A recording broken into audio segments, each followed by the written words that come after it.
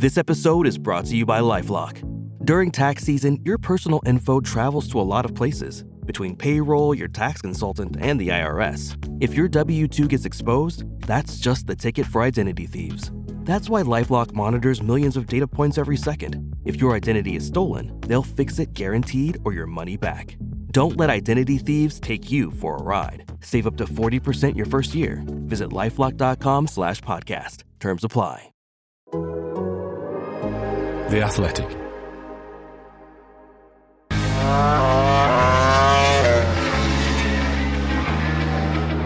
Ducati celebrating the end of 2025 MotoGP pre-season testing by binning its 2025 bike. Pretty much, anyway. Not all of it, but the bit that makes it go and the bit that goes around the bit that makes it go. As Val described it off-air at the end of the video recording we've just done, so I nixed that.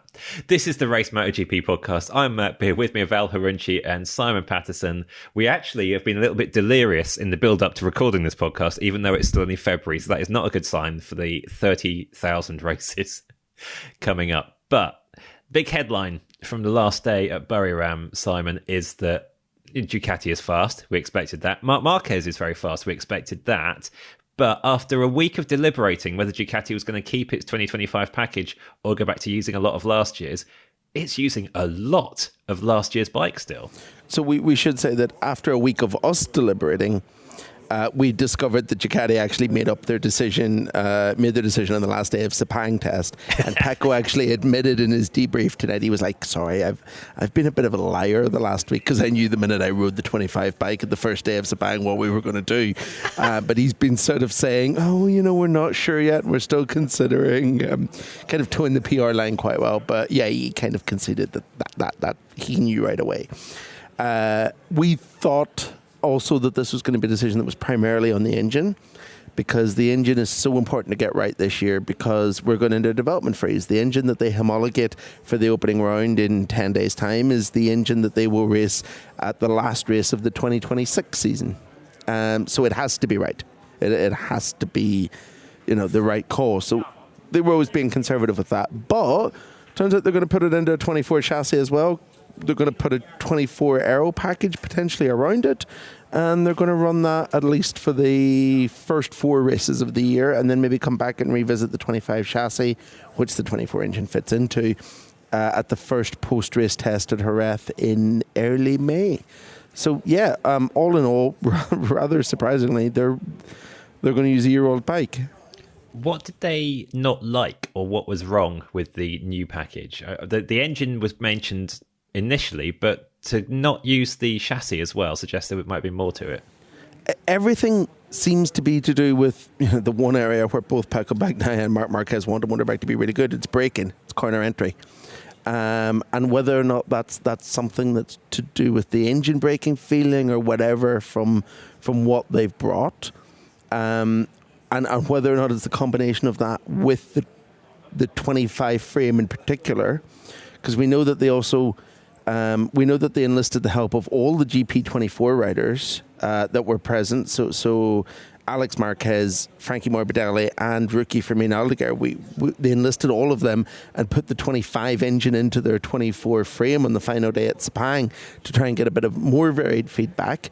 And I think at some points during the test too, we had this situation where like Marquez was running a 25 engine with a 24 frame, and Bagnaia was running a 24 frame with a 25 engine, mixing it all about to try and see what combination would work. And none of them gave the same feeling on corner entry, on braking as the GP24 complete package, which, this is the thing, right? Whenever you speak to anyone who has sat on a GP24, be it a rider who's just inherited one for this season, be it someone that raced one last year, or someone who is no longer a Ducati rider, they're all of the opinion that, how do you improve on perfection?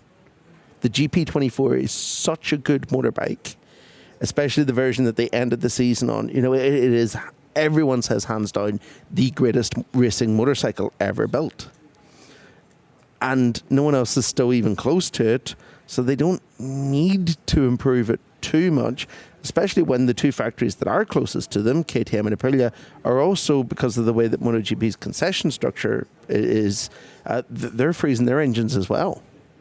So unless Yamaha turn up with something absolutely phenomenally amazing in the next 18 months and manage to get it into production and into a race bike, you got to think that, you know, Ducati are still going to come out of this 2-year period with the best engine, even though it's going to be 3.5 years old at that point.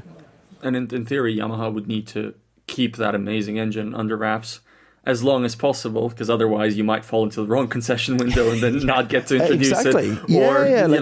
Or, they have to turn up basically at the start of next season with a perfect engine. Yeah, it's a mad situation. You saying the engine will be 3 years old, 3.5 years old by the time it finishes use, and it could still at this point we still think that engine will power the next champions for those 2 years as well. So mad.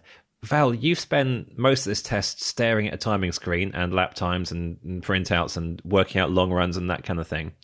It's fair to say, yeah, it looks great for Ducati. We'll get into everyone's pace as this podcast goes on, but a lot of attention on which Ducati will come out on top out of Marc Marquez and Pecco Bagnaia. There was this on day one at Buriram. There's a bit of a difference in mood between them, not huge, but enough to make it feel like Marquez had a good day, Pecco not a great one. Where do they stand in this kind of intra-team thing at the end of the test?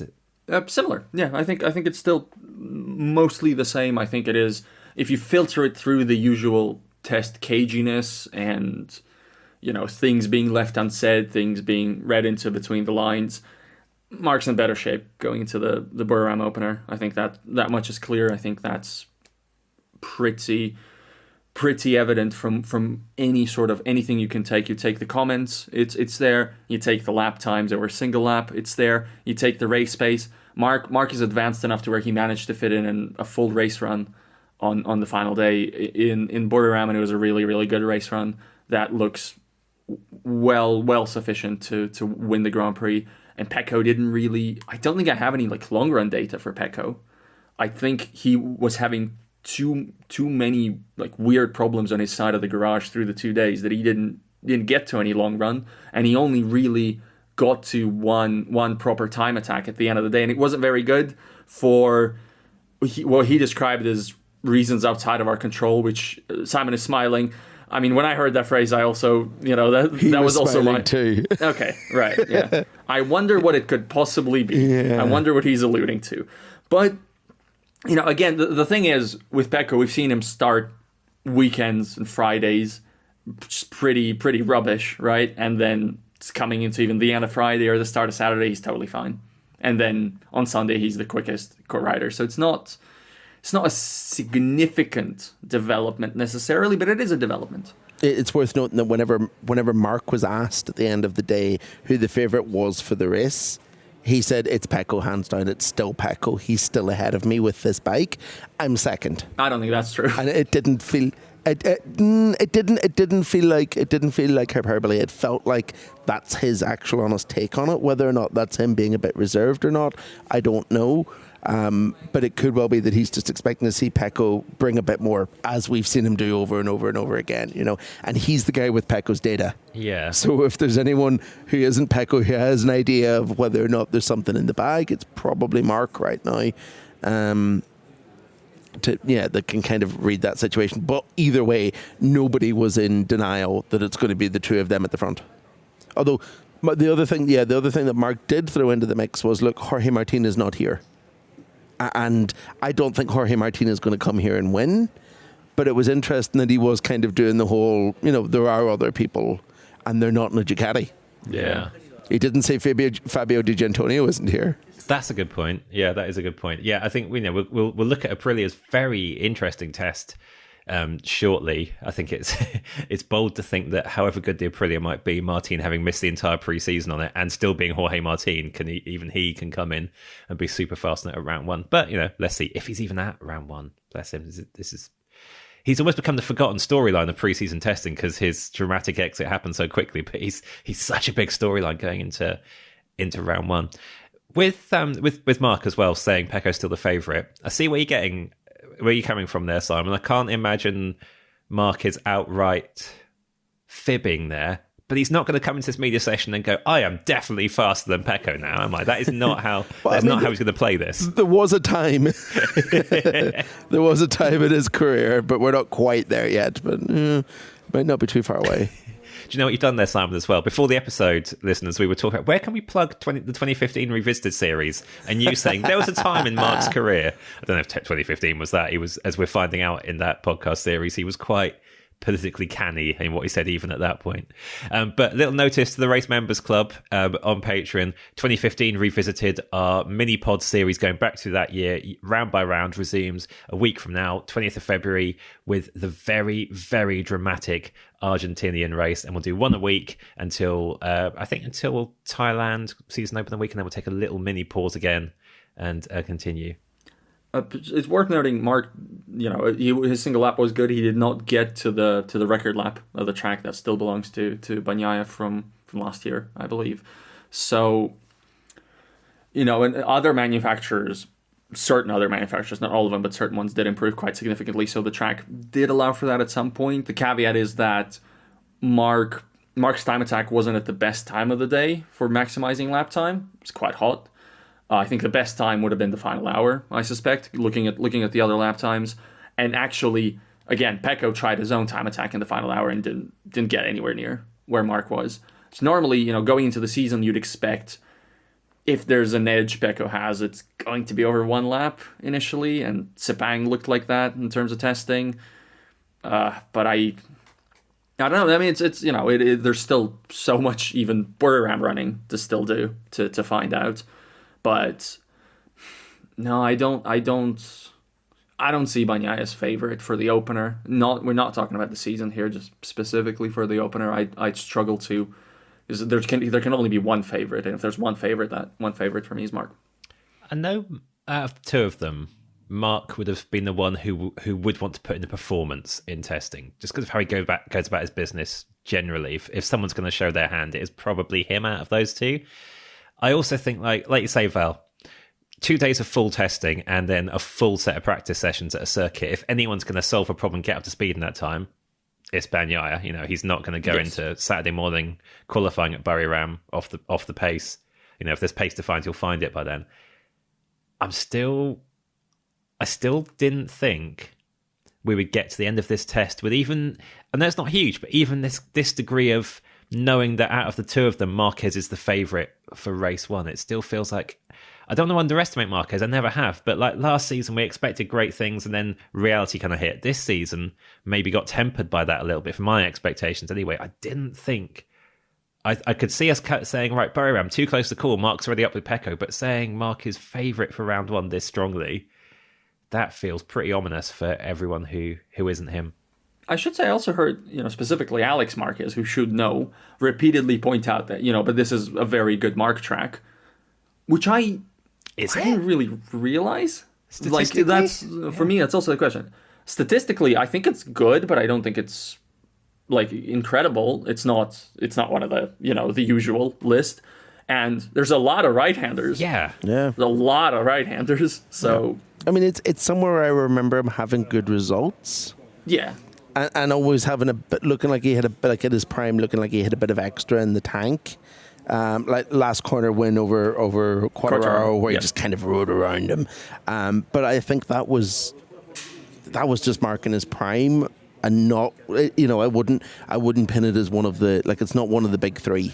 Well, yeah, of Coda, Sachsenring and Aragon. It's nowhere near them. Is it that those big three he's so good at that we kind of fixate on those, and there's other tracks where he's merely fantastic rather than like superhuman, unbeatable? Probably. Could be that. We should talk about Alex. We should definitely talk about Alex, because one of the potential downsides for everybody else of Ducati's factory team going to what Pecco calls a 24.9, but we think basically it's a 24, isn't it? Is that the other people on 24 can't have this early advantage of having the really well sorted bike that the factory don't have. Flip side, of course, the factory won't be pulling away to the same extent because they'll be on the same engine as you for the rest of the time. But taking all that into account, Alex still looks like he has a good shot of being somewhere near his brother in the season open, doesn't he, Val?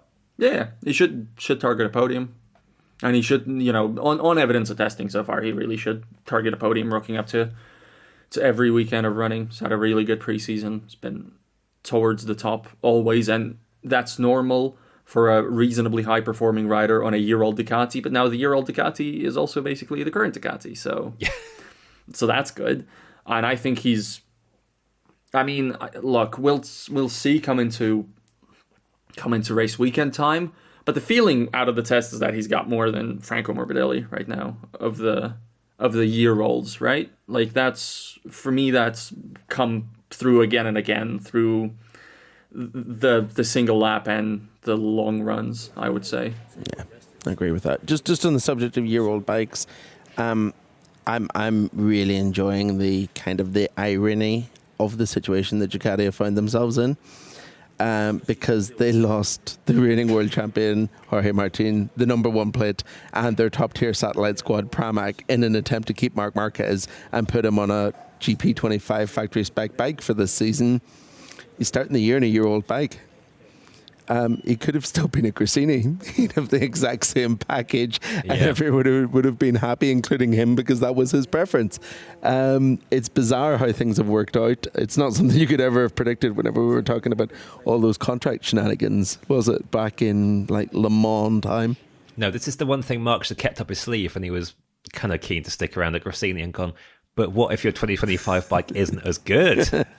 Yeah, and you know, talking to Bagnaia, it has happened before. Yeah, he said he kind of conceded that, you know, actually the GP23 wasn't as good as the 22.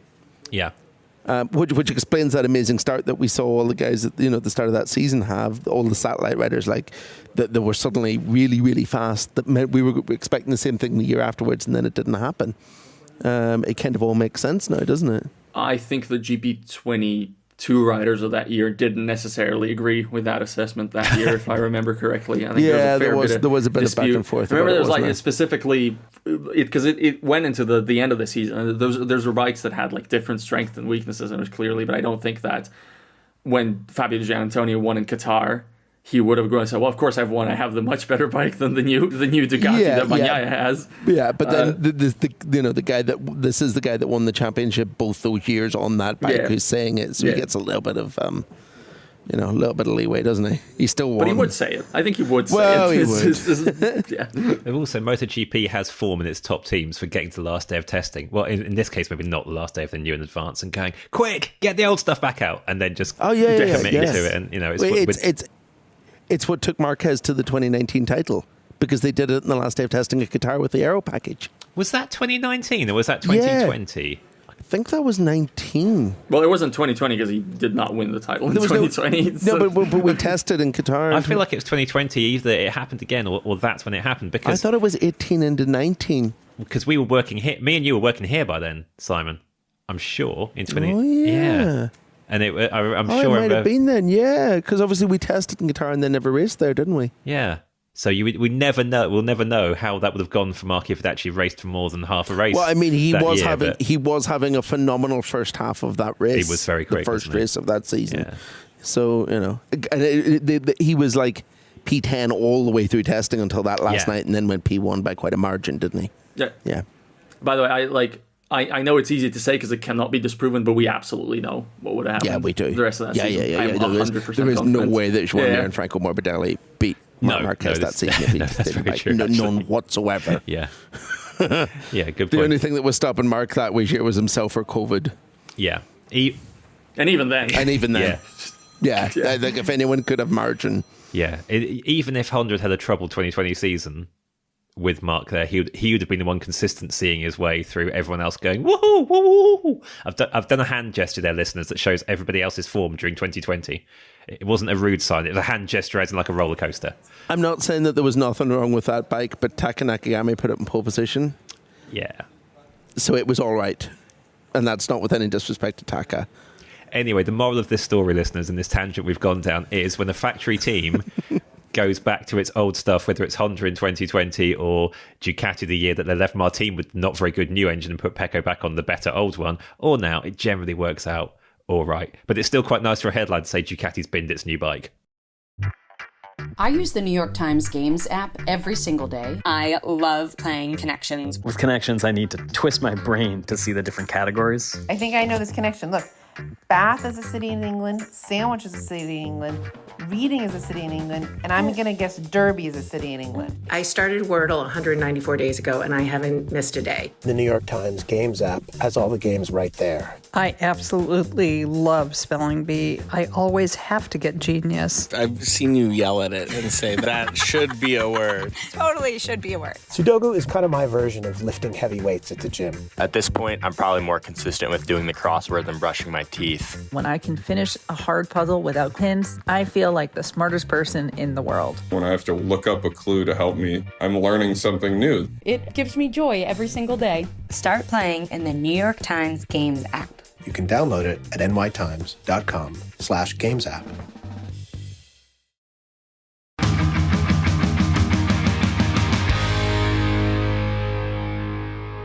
We've hinted already that Aprilia has had a very good Bury Ram test. That's Aprilia that doesn't have its world champion rider and that has a satellite rider kind of not broken, because Raul Fernandez actually seems to have been right in his assessment that he could come back and ride this week. But it's been compromised. I'd still call him broken. Yeah, technically he is broken, isn't he? But yeah, maybe it hasn't shown as much as we feared. But yeah, Marco Bezzecchi is the headline for Aprilia. Val, Bez was giving us a few hints that things were going all right on his transition to the Aprilia last week. Things are definitely going all right, aren't they? Very good. Very, very good. He is the rider of the preseason for me. And I know I'm not alone in that assessment. Agreed. No, 100%. I've also heard the MotoGP broadcast make the exact same point, and I was like, dang it, I thought I had an original thought, and they got there. But yeah, he was very, very impressive. I think he's just, even at Sepang, as you mentioned, he caught my eye. I thought he was quite good, and here, just from strength to strength, immediately he was talking in his final print media session, which was the middle of the second day. He was talking about how the one thing that's missing is the single lap. And then he went out in the evening and found another quarter of a second very comfortably. Just everything very good all throughout. Aprilia allegedly delighted. Simon would know better than I am being on location, but it's just so good. Yeah, I bumped into a few people. Well, I say bumped into. I went to Aprilia to steal coffee, as I regularly do, both because they're the closest to the media centre and because I really get on well with all their hospitality staff, and because they're Italian team, so that's where you go for coffee, obviously. And I bumped into a few people in there, and they signed him expecting him to be one of those really naturally gifted, talented riders who's kind of instinctive, which makes a lot of sense in what we've seen and heard of him from the past. And they've actually discovered that no, he's very considered. He gives great feedback. He has all the makings of a real star factory rider, one that's capable of bike development as well. So they're absolutely delighted that they've got the full package, far more than they even expected from him, even when they've been singing his praises about what a great job they've done signing him. So yeah, phenomenal work from him. Completely agreed with Val. He is the standout star of this test because no one else who's switched manufacturer is anywhere near close to him. Yeah. Everyone else who has got a lot faster, it's because the bike has got a lot faster, not because they've suddenly found a bucket of talent or anything like that. Looking at Fabio Quartararo, who we know his level, the guy's a world champion. So yeah, the only person that even comes close to Bezzecchi, even though he hasn't switched manufacturers for me, we'll come to him in a while, is probably Joan Mir. Yes. Because he's done good work too, but no one else is even close to what Bezzecchi has done. And the only thing about it, no, that's not true. There's one other person that is close to him, and that is rookie sensation from this test, Ayagura, on the other Aprilia. And the biggest disappointment of the whole pre-season, seeing what the two of them did, is the fact that Jorge Martin's not here. Yeah. Bezzecchi had the best sprint simulation of anybody at Bury Ram. I mean, obviously the big wig Ducati guys didn't do one, and I think it would be better if they did, but I'm not sure the gap would be gigantic or anything. Honestly, to the point where you've mentioned Jorge Martin, Simon, you've mentioned Jorge Martin, Matt, as this sort of obvious lingering absence, and yeah, look, it will be very nice to get Jorge back, and obviously he's the champion, capable of a lot, very amazing rider, great rider. But Aprilia's okay. It's not like we can look at Bezzecchi's efforts right now and bake in an extra couple tenths, 3 tenths for Martin. I don't think that's accurate. I don't think we can do that because at his peak, Marco Bezzecchi should be as good as anyone. And maybe suddenly he's found a bike to unlock his peak. I think it is informative that at no point during, like, definitely Buriram, but even not so much at Sepang, there was any mention of the rear pushing the front. There was any mention of understeer. There was any mention of anything like that, of what wrote off his 2024. Yeah. Stuff's working. And, you know, when we know that Marco Bezzecchi, when things are clicking for him, we've seen what he's capable of at his best. I mean, it's too early, obviously, and, you know, 2 good tests don't, for instance, overwrite everything that Jorge Martin has done, especially as Jorge Martin has not had a chance to respond, you know, right of reply and all that. But, you know, I think they've got somebody. I think this is, like, it's interesting on its own merits without the consideration of what Martin would be doing on this bike. I made some relatively bold claims a few weeks ago on the podcast about how I expected that Bezzecchi could realistically end up this season with more race wins, even if not ahead in the championship versus Martin. Oh yeah, you did. I'm going to make another one of those ridiculously bold claims. Marco Bezzecchi's going to win the Argentinian Grand Prix. Oh, and I don't think that's a bold claim. Because this guy at that circuit, it's his track. This bike goes well there. I think it's a bold claim because I think Marc Marquez is going to win the Argentinian Grand Prix. Yeah. But this year is not going to be the dominant Ducati year. Oh, that's a bold claim in itself. Well, I was going to say, even if someone in the paddock told me the other day they expect them to win all 22 races, but someone who knows what they're talking about. But no, I realistically I can see Bezzecchi going all in Argentina. Thing is, there are days and there are tracks and weather condition stuff that you think of as a Bez condition. That's when he does his best work. Yeah. Those are often the same tracks and places as Aprilia. So you put the two together, and it should be magic in theory. I love the fact that, like you say, he's not been reporting the same stuff as last year, because you can't compare 24 Aprilia to 25 Aprilia right now particularly well, because the one person who's making that transition broke himself and is in semi-broken form. For what it's worth, the feedback from test rider Lorenzo Savadori, who is biased, is that it's much better. Yeah, and to be I believe it. Is the thing. I genuinely believe it. I think he said on the engine side specifically. He said that the engine was a lot faster, but both him and Fernandez, whenever Raul finally got a bit of an opportunity to ride the bike, said it's just better everywhere. Yeah, they couldn't really pinpoint any one place where this bike is better. It's just overall, it's just a better motorbike. I don't think Bezzecchi would be smashing Aprilia's best Buriram lap by, what is it, 4/10 in the end? Yeah. If it wasn't much better. Yeah, fair. So I believe and the same at Sepang. I believe it. Considerably faster than the best Aprilia lap there too.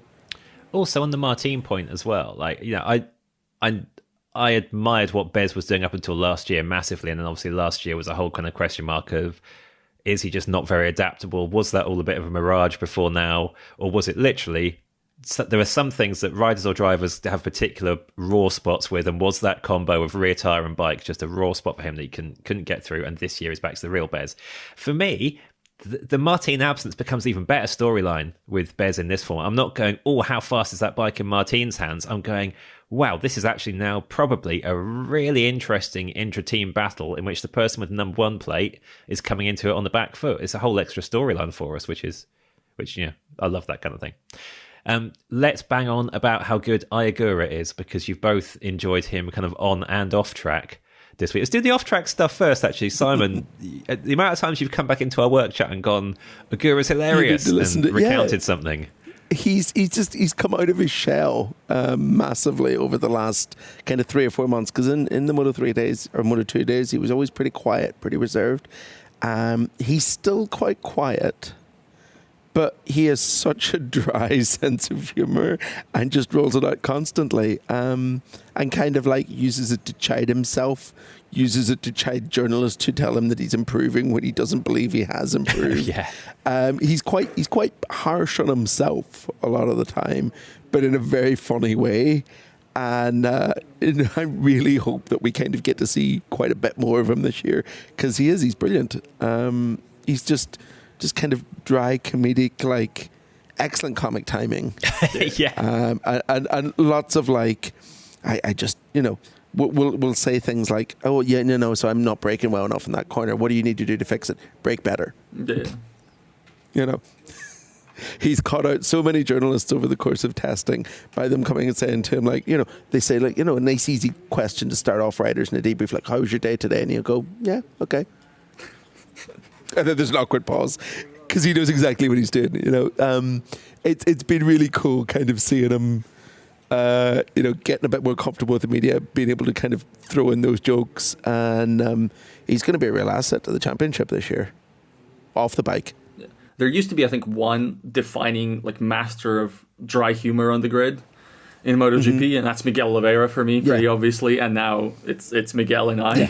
the Trackhouse has traded one for the other. Yeah. So yeah, Miguel and I sounds like a really weird With No and I spin-off. Oh yeah. The times in the last few seasons, if you got them at the right moment, when that could have been really bleak as well, if you'd sent them off on a long journey to Cumbria together or wherever. That is where I end up, isn't it? Anyway, how's he doing on track? This was making me think. Like you've said quite a few impressive things about him. When one of I forget who it was in the Race Members Club on Patreon asked us to predict Rookie of the Year, we all went for Fermin Aldiger, given the strength of his package. I imagine we haven't changed on that, but could it be a closer fight than we were expecting? It's going to be closer than I expected. The thing that really, really stood out for me today from what I said about his day was that he believed that he was pretty close relative to the other rookies and that on time attack and far away and race pace, because that's what he'd been concentrating on. Mm-hmm. When you speak to everyone in MotoGP, it's the time attack bit that's hard. Yeah, race pace is relatively easy. And it's the ability to kind of knuckle down for one lap, to the extent that even Maverick Vinales was complaining that he's still not there in time attack mode in the KTM yet. So for Agur to think that that's his strength and his race pace is his weakness at the minute makes me think like there's, I get the sense, and whenever we spoke to Davide Brivio, his team boss back in Sepang, he kind of said that Agur was going through this process where he had to perfect something before he moved on to the next step. And I wonder if that means we're going to get into a race weekend and he's going to start concentrating on race pace a little bit and suddenly just be really good at it too. Yeah. This is a kid that's the full package. Yeah, and it helps the assessment of it being closer is that the new Aprilia seems very good, and that's that will help him get much closer to Aldiger, and even potentially beat him. I think going from what I've seen during this weekend, the race pace time attack stuff does check out, but it's just good. It's at one point it even prompted me to say, "Oh, Davide Brivio's done it again," and then reflect. You know what? Davide Brivio is a very smart guy and he's done a great job at MotoGP, but it also does not take a genius to figure out that Ai Ogura, who has been good at everything, is going to be good in MotoGP. Yeah. So yeah, it's kind of like with the other Suzuki riders, isn't it? Maverick Vinales, Joan Mir, Alex Rins. None of us were exactly stunned when they clicked on the Suzuki. It's just, for some of them that happened quicker and more spectacularly than expected and resulted in a second-year championship. But, for anyone listening who's newish to MotoGP, the link there is that Davide Brivio was running Suzuki, not that Val's been so convinced by Trackhouse's livery he's thought Suzuki has come back into the grid. Yeah. And I should say the second-year champion is Joan Mir, just in case. Just in case. Yeah. Also, though, in all those cases, it was obvious those guys were good, but actually giving them the chances that they had at the time they had, that was the bit that took a bit of boldness, and Brivio's the person making those calls at a time other team bosses might not have done. 100%.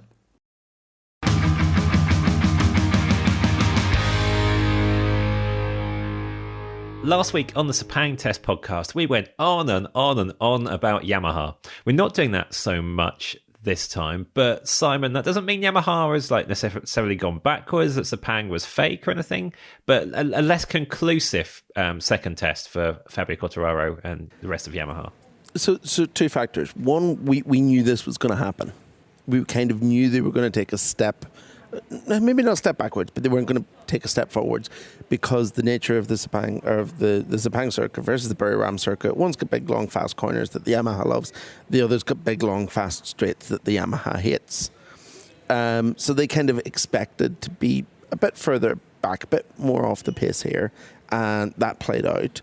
But the other factor that Quartararo in particular had was he just really struggled all weekend to get the front tyre working. With the whole allocation, with every front tyre that the Michelin brought, it just didn't work for him, and that kind of derailed his whole campaign at the test. The bike is still going pretty well, and I think that the biggest sign of that is the much smaller relative gap between him and Jack Miller, who has had an absolutely excellent test here. And he's understandably very, very pleased with where he finishes this up in. But I think it's not the disaster that the timesheets show it for Fabio and for Yamaha. I think it's just a case of, there's going to be circuits this year where they're really good, and there's going to be circuits this year where they're not going to be really good. This is like the place that Ducati was in 2018 again, like we've said before in the podcast. It's not, where Ducati are right now, but they have to be content with the fact that yet again at another test Ducati didn't go any faster, and they did. Yep. And I agree completely. I think Miller's had a really good test, and all the credit to him. And it's kind of the second time he's doing this trick in a relatively small period of time. He was quick early on the KTM, and now he seems quick early on the on the Yamaha. I do not think he is really 300ths off what Quartararo can do right now after this 3 tests. So I think there's margin there for Fabio, and Fabio also himself thinks that with the front tire situation. And I think that's, in theory, and it's it's hard to separate because all of those things, including the tire allocation, that is part of a bike package. A bike does not exist without tires. We don't have they're not. You know what I mean, basically. That is part of the strength of the bike. If this tire was like this all season, then we just talk about it as the bike rather than the tire. But still, I think in most circumstances, Fabio should be further clear, which means Yamaha should be further ahead than it is. Long run seemed pretty decent. Sprint simulation.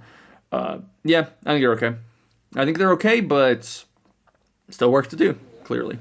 Yeah, I think which is basically where we left Sepang as well. Even though they were really fast there, it was good, but more needs to come. The good thing is, it sounds like that sounds like a really well-oiled machine at the minute. Like, it sounds like a team and manufacturer that is functioning really well, and you got to think there will be more to come. Though they're going to be the first team. This is another prediction that I don't think is wild at all. They are going to be the first team under the new concession rules to change concession level, without a doubt, because KTM and Aprilia are not going to level 1 alongside Ducati in the immediate future, and Honda aren't in the same place as Yamaha. They will go from level D to level C fairly quickly. Which, given that last year, when we looked back at it, it wasn't just that no one came close to concession progression. Most people in the lower ranks scored even fewer points in that percentage system than they had the previous year. So Yamaha is... We thought Yamaha would take a step forward. It's taken a bigger one than certainly I expected. It's maybe not as fancy across the season as everything looked in the best moments of the Sepang test, but it's... Just a note on the concessions. Remember, though, that in the next window, it's going to be the second half of 2024 that's going to count. Which Aprilia was really turgid in the second half of 2024, so let's see what happens there, actually. But I see where you're coming from. I generally agree. So Honda had a lower key second test relative to the first one. Opposite was true with Honda, which last week was making some really positive noises, and we were going, why? This week, bit more evidence from Honda. Some actually, the main 3 at Honda, Johan Zarco, Luca Marini, and particularly Joan Mir, have all had moments of making us go, oh, that's an interesting lap time during the Bahrain Ram test. So Simon, how's Honda looking? Is the talk matching the pace now?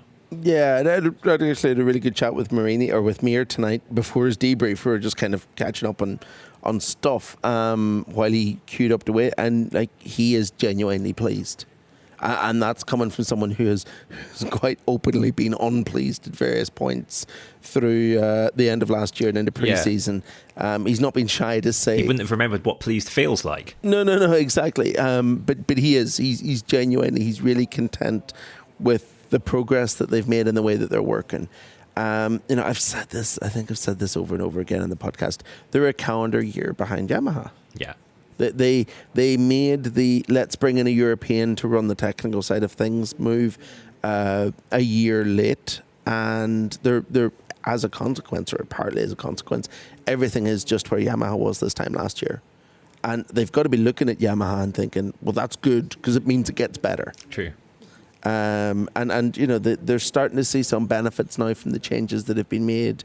With it's funny. I was talking to someone from Aprilia who had said that they suddenly found themselves in much less technical meetings because Fabiano Sterlicini isn't really one for meetings, whereas Luca Marini, who loves talking about data, is having great fun with Romano Albiciano because now he is an Italian who loves spending hours looking at computers as his BFF in the box. So they're starting to work in the right direction. It's just going to take more time than it is for Yamaha. I mean, interestingly, again, this is a better Honda track than a Yamaha track, so that's very This important. is also an element of it. It's the opposite of the Yamaha situation that way too. But I thought they didn't have I really wasn't convinced after the last test. I thought they just didn't have the long run pace. But Mir might. Yeah. That's the interesting part for me. I'm just, we still haven't really seen it from the other guys, and we still, Johan Zarco in particular, I think, has been mentioning for much of the preseason that he can't really squeeze out consistent lap-to-lap performance out of this bike yet. Mir's done it today and looked very convincing doing it. Mir's sprint simulation was as good as Quartararo's. Yeah, exactly. Which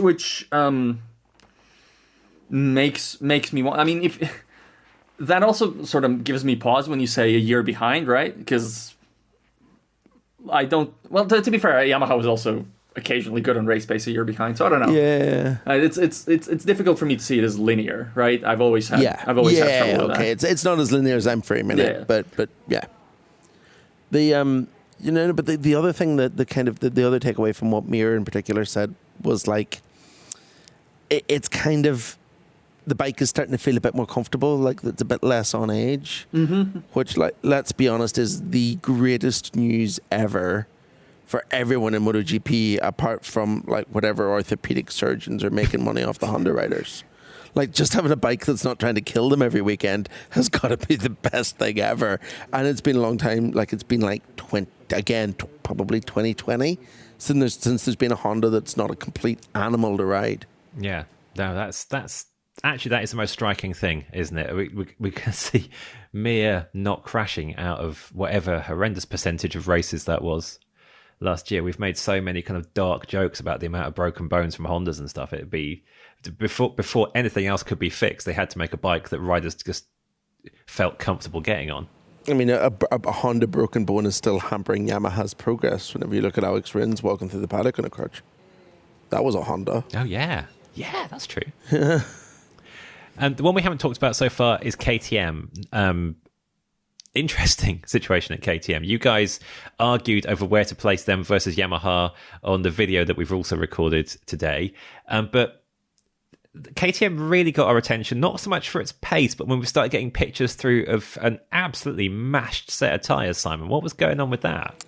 Should point out, KTM started getting our attention before testing started, whenever they announced that they wouldn't be doing any media debriefs. That's true. Which is literally unprecedented. The factory team has never went to an official test before and not spoken to the media, unless it has been one of those rare situations where it's still the end of the previous year and someone's moving team. But it doesn't happen into the new season. It's yet another absolutely stupid move from KTM's PR team, because we left Sepang pretty confident that their riders were really comfortable with whatever was going on financially in Mattighofen, and that the team was, in fairly solid grounds. And then we discovered that they're not doing media debriefs here because their press officer isn't in attendance. And it just suddenly reopens all the questions of why are they banned from speaking to the media? Could they not afford for their press officer to come here? What the hell is going on? But what it has meant is that we're kind of blind about what has actually happened this weekend. And the problem with that is that KTM do this thing every year where they put the bike together at the end of testing, like we said last week. And that's kind of where we get a steer of where the new machine is. In lieu of that, we've only really had the opportunity, obviously, to look at lap times, which are okay, pretty good on time attack if you're Pedro Acosta. All right if you're kind of Maverick Vinales, who's, I should say, Tech 3 are allowed to speak, so we've got a bit of understanding of what's going on there. So it's okay if you are Maverick Vinales. It's not great if you're an Ea Bastianini, who's still really struggling on riding style, and it's pretty weak if you're Brad Binder, who finished behind Vinales. But the race pace thing is really pretty bad. And what we do know is that they both went out, both Binder and Acosta went out to do a race simulation in the afternoon of the final day, and came back in quite early with tyres that look like what we used to get at really, really fast road races like the Northwest 200, whenever you ran a wet tyre in damp but drying conditions and the centre just burned out of the tyre. So whatever went wrong there, it is like almost rider safety issue, because the tyre was basically stripped of the rubber down to the carcass on both bikes, on both Binder and Acosta's rear tyre. No one else had anything like this all weekend, all through any of the testing, so it has to be something that's coming from the bike. And it's a bit of a worry, like what's going on? And we should say that's reflected on the lap times, because again, as you mentioned, the you can KTM, see the drop. Mm-hmm, the KTM guys are also among the few. The worst KTM guys, Pedro Acosta and Brad Binder, are among the few who did basically a race run. And you look at the race run of, for instance, Acosta, who's, we should say, been the fastest KTM all preseason, looks super on it, looks super good. I think is taking control of this program, depending on what health it will be and going forward, but we'll get to that at some point when we get to it. But yeah, Acosta starting that run, comparing it to Marc's, it's maybe like 3-4 tenths off per lap, like something like that, right? And by the end, the pace is gone. It's cratered. It's like a second and a half off or something like that. So the drop is very, very substantial when he ran. And we don't know for sure that that's what the tire strip signified, but I would imagine. And Binder's was even worse, and he has not looked as quick as Pedro through testing. Although, with Brad, sometimes just kind of no-shows testing in terms of pace, and then start of the season, he's more or less okay. I think the fact that the Tech 3 guys spoke... He no-shows weekends in terms of pace until he sees the lights go out and then goes. Exactly, yeah. Oh, yeah, I'm actually really, really quick. So the fact that the Tech 3 guys spoke, who I will remind all of our listeners are also KTM contracted KTM riders in KTM attire, suggests to me that whatever's going on here in terms of the media blackout, quote-unquote, is just some sort of bureaucratic nonsense cluster. That's my best guess. I would not link it to what's going on financially 100%, but equally, thanks for giving us the option to do so. That they left the door open for us to do so, which is a really silly thing to have done, because it's obviously going to happen. Speaking of Tech 3, though, less happy at Tech 3. We talked about some riders acclimatizing to new bikes very well. Let's now talk about Maverick Vinales and Ea Bastianini and how they're getting on with their first taste of a KTM, because it's not great, is it? Maverick's pretty happy. Yeah. Vinales towards the end of the test was like the first time that actually a time attack looked okay. Still not where you'd want it to be because of where Pedro Acosta is, but okay. Not catastrophic. No. And also there were flashes of, I'd say, long runs that have also looked reasonable-ish, but he didn't take any of them as long as the Binder and Acosta, so we don't know if he would have also had a gigantic pace drop-off. But, it's not been fantastic. It's not been the level of, I don't know, Miller at Yamaha and certainly Bezzecchi at Aprilia, but it's less poor than it seemed maybe yesterday, for instance. Bastianini still sounds a bit difficult. Like, he's not having the most enjoyable preseason of his career. That preseason's now over, so he has to go into the season. And he consistently has acknowledged that he's not ready, and he's found himself frustrated, and he's having to reprogram his brain, basically, in terms of how he approaches corners on a KTM versus a Ducati, which I think the specific thing he said, I think, is the point of the corner where you use the rear brake. Yeah. And he was very specific about it. He was very specific about it. It was super interesting. Yeah. I forgot what the detail was. So basically, it's weird because he said it, and I immediately went, "Oh, that probably explains why Jack Miller didn't have a good time at KTM." He says that you have to use the rear brake in a totally different way, where you have to kind of do all your straight line braking and then use the rear brake to turn in. Yeah, exactly. Whereas on the Ducati, you're using the rear brake to help slow down as well. Basically, you're getting the rear end moving a lot earlier on the Ducati than you are on the KTM, and he's having to reprogram his brain with that. So, but on the Maverick side, like, this is not as good as Suzuki Maverick goes to Yamaha, but it's a hell of a lot better than Yamaha Maverick goes to Aprilia. Yeah, that's true. In terms of relative gap to the guys in front, I think it's not a disaster. Man, remember Suzuki Maverick goes to Yamaha? That was fun. That was glorious. That was cool for a month and a half. Testing king.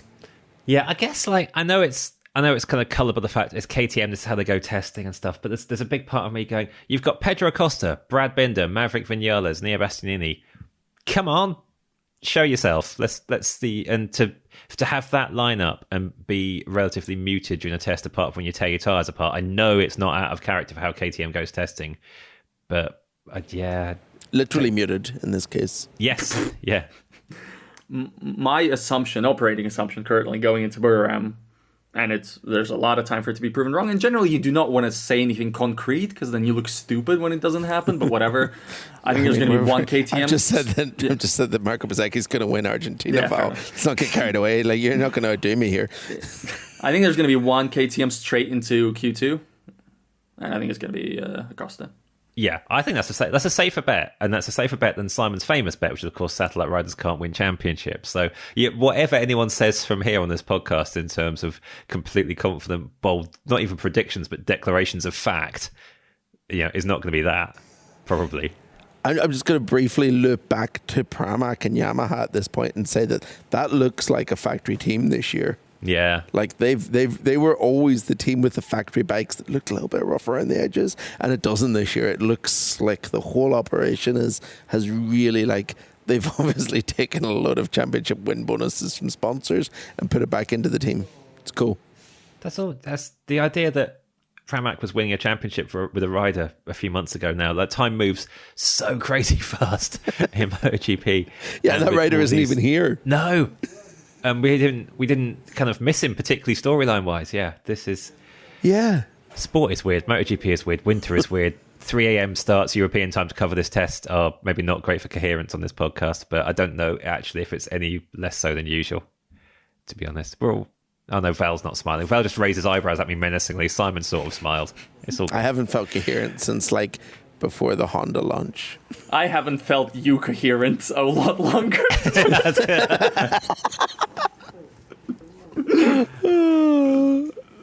I'm sorry. There was a pause in my head. I was like, "Am I going to go for it?" And then I was like, No, that's completely fine. I'll give you that. I like optimism, so I was going to say at least Simon has felt coherent during the year 2025 at some point. That'll do. We have a slight pause now, listeners, until the season actually starts. Not a very long one, but enough that we don't, we're going to at least wait a few days for our next content meeting. Put it that way. We'll have more podcasts in that time, both here. Despite Val hating it, I'm going to make one of them a predictions special. Obviously, we'll also catch up on 2015 business in the Race Members Club on Patreon. Find us there if you're not part of it already. Thank you for enjoying pre-season launches and testing with us. It's felt like a lot longer than a month. We're at the end. We've got a load of storylines to look forward to at Buriram. Now let's get some sleep.